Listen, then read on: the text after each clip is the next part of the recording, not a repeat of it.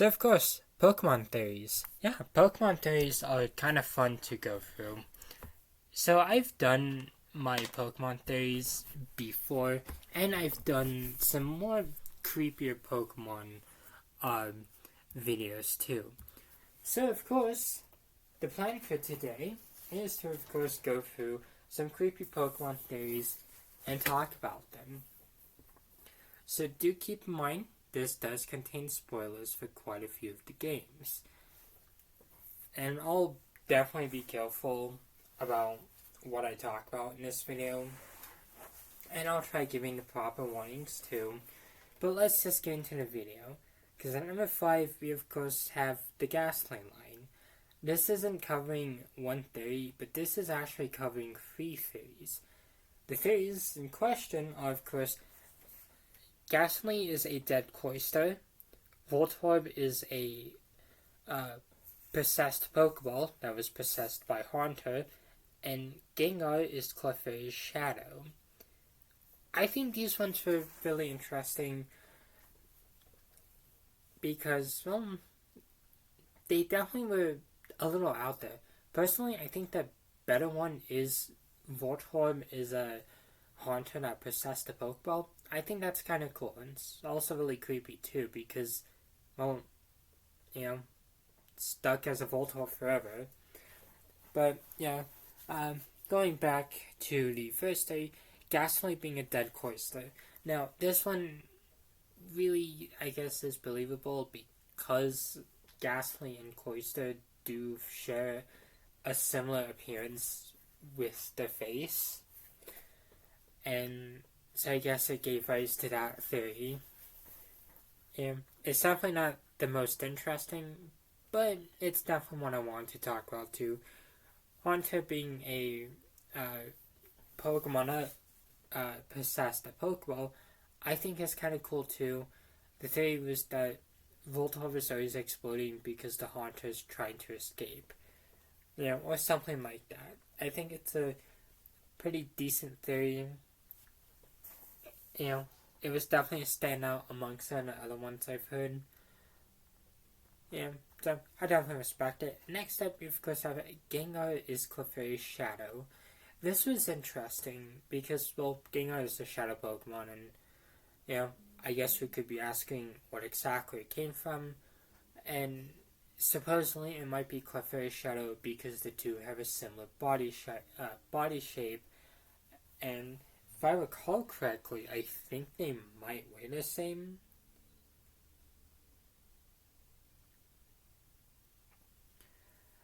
Now, I do not know about that,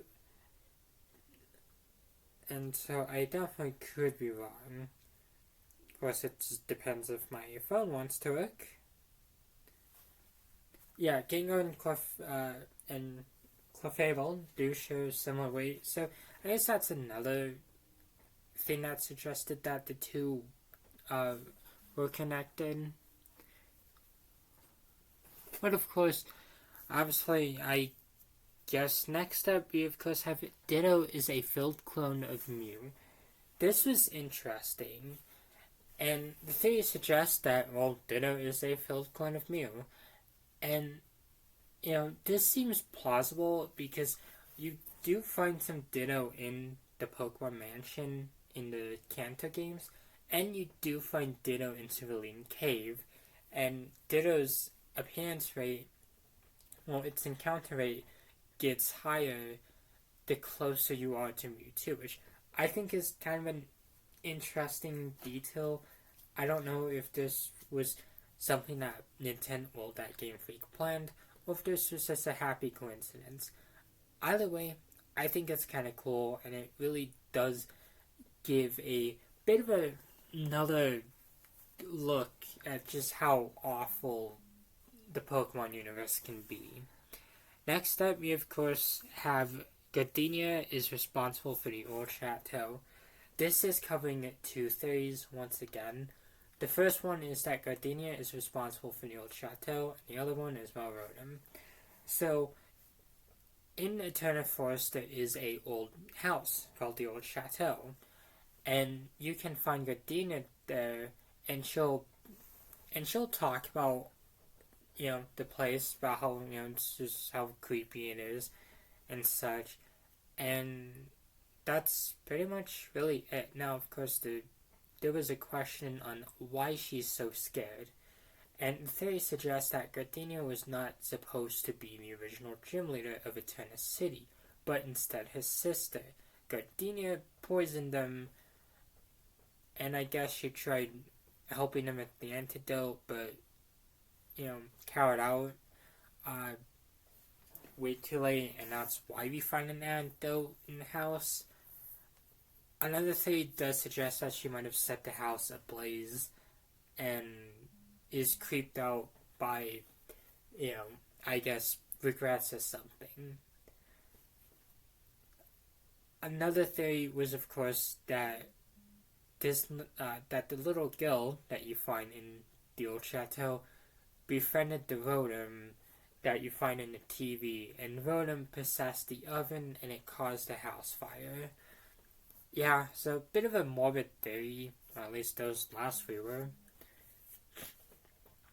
But they've definitely have been a bit of a standout, in my opinion, because, well, I mean, they're creative theories, and also really just morbid, to be honest. But they definitely stand out because, well, this is definitely not something that really would come up in everyday conversations. And it's also, one of my more favorite theories that I've talked about. I even did a video on the old chateau. I don't know if it was last year or such, but yeah, as I was gonna say, all that. And of course, at number 2, we of course have Ashes in a coma. So the theory suggests that after episode 1, Ash fell into a coma.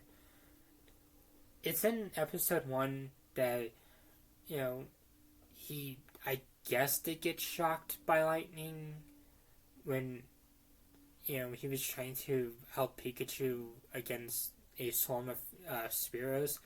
And the theory does suggest that Ash was put into a coma, because he never ages and Team Rocket became less threatening.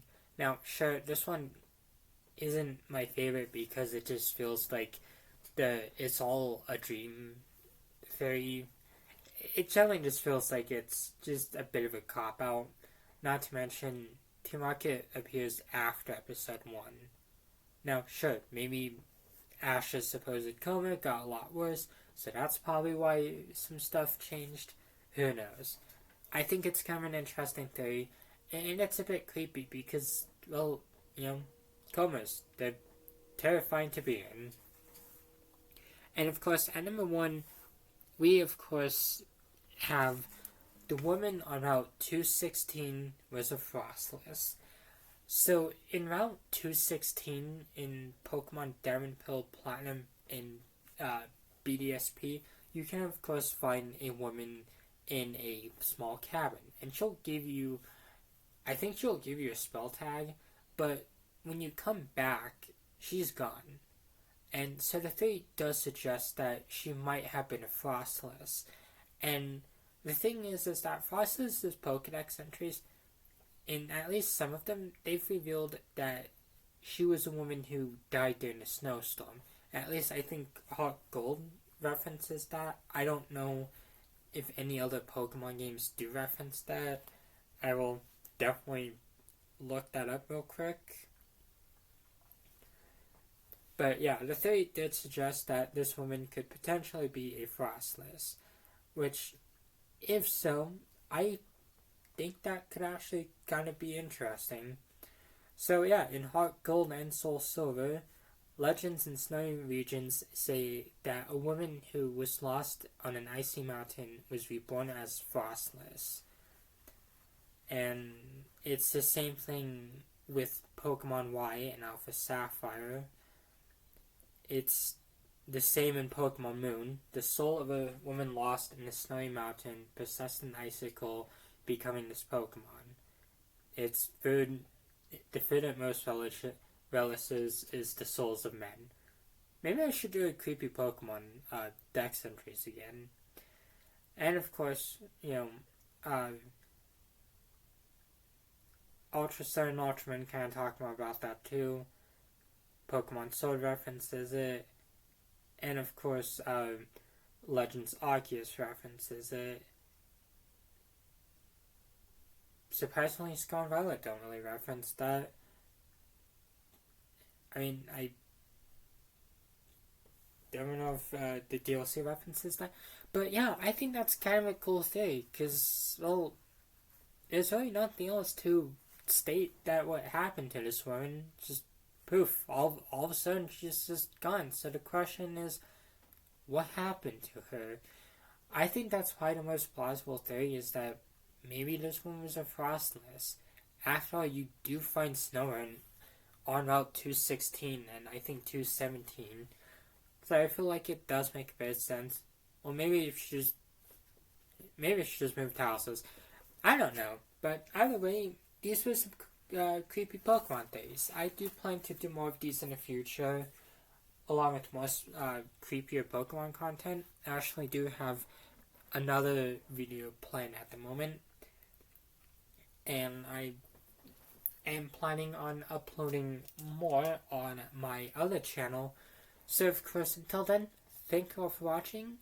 Thank you all for 50 subscribers. That means absolutely a lot. And I hope you all have a wonderful month. And stay safe.